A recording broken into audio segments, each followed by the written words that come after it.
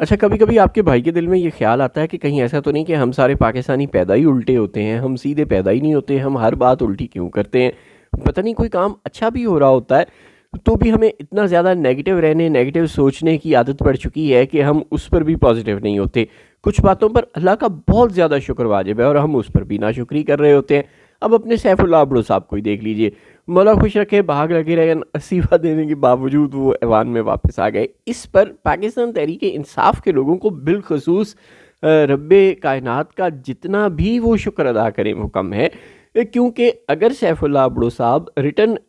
Resignation دے جاتے یا اپنے وربل ریزگنیشن پر قائم رہتے اور کہتے کہ دے دیا مطلب دے دیا، تو کیا ہوتا؟ تحریک انصاف کا ایک اور بندہ ٹوٹ جاتا،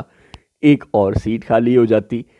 پھر کیا کرتے آپ لوگ؟ آپ کا نقصان تھا نا، آپ نے اتنی مشکل سے سینیٹر منتخب کیا، وہ آپ کی آواز ہے سینٹ آف پاکستان میں، آپ 96 کے سینٹ میں آپ کے پاس 22 سیٹیں تھیں، ابڑو صاحب چلے گئے 21 رہ گئیں، ایک اور چلا جاتا تو 20 رہ جاتی۔ تو ابڑو صاحب نے تو آپ کو سیو کیا ہے، ریسکیو کیا ہے، آپ کو ان کا شکریہ ادا کرنا چاہیے کہ بھائی دوبارہ ووٹ ڈالنے کی ضرورت پڑی، تم دوبارہ بھی آ گئے، اگر تم نہ آتے تو نقصان ہوتا پی ٹی آئی کا۔ اور یہ جو بات ہے کہ گندے انڈے نکل جاتے، یہ جو سوچ ہے یہ بالکل متروک ہو جانی چاہیے۔ اب آپ یوں سمجھیں کہ اگر اسٹیبلشمنٹ کو 22 کے 22 لوگوں کی ضرورت پڑ جاتی، بہت معذرت کے ساتھ،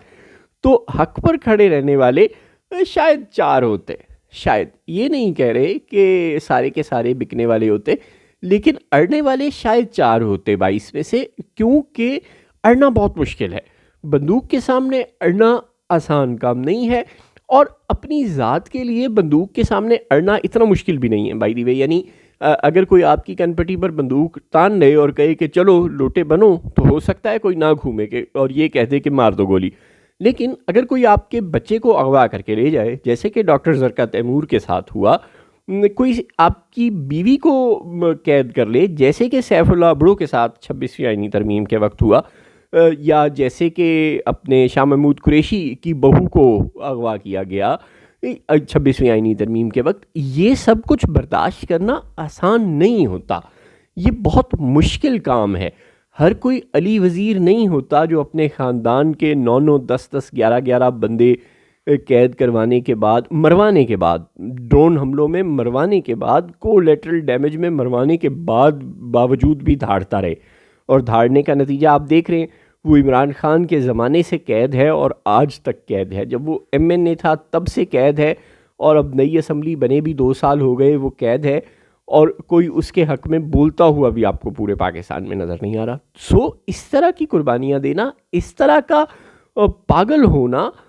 بہت مشکل ہے، کم ہی لوگ ہوتے ہیں جو حق پر اس طرح اڑ سکتے ہیں، یہ آسان کام نہیں ہے۔ اور یہ آپ مت سوچیں کہ تحریک انصاف کے یہ جو لوگ ہیں، ڈاکٹر زرقا تیمور اور سیف اللہ ابڑو اور اس طرح کے دوسرے برگر قسم کے لوگ، ان کے لیے اس طرح اڑنا آسان ہے؟ بالکل بھی نہیں۔ چنانچہ آپ کو شکر ادا کرنا چاہیے کہ ابڑو صاحب استعفیٰ دینے کے باوجود واپس آ گئے اور وہ ووٹ دے کر چلے گئے، لاج رہ گئی آپ کی جماعت کی، تھوڑا سا بھرم رہ گیا، ورنہ ایک اور انڈا ٹوٹ جانا تھا۔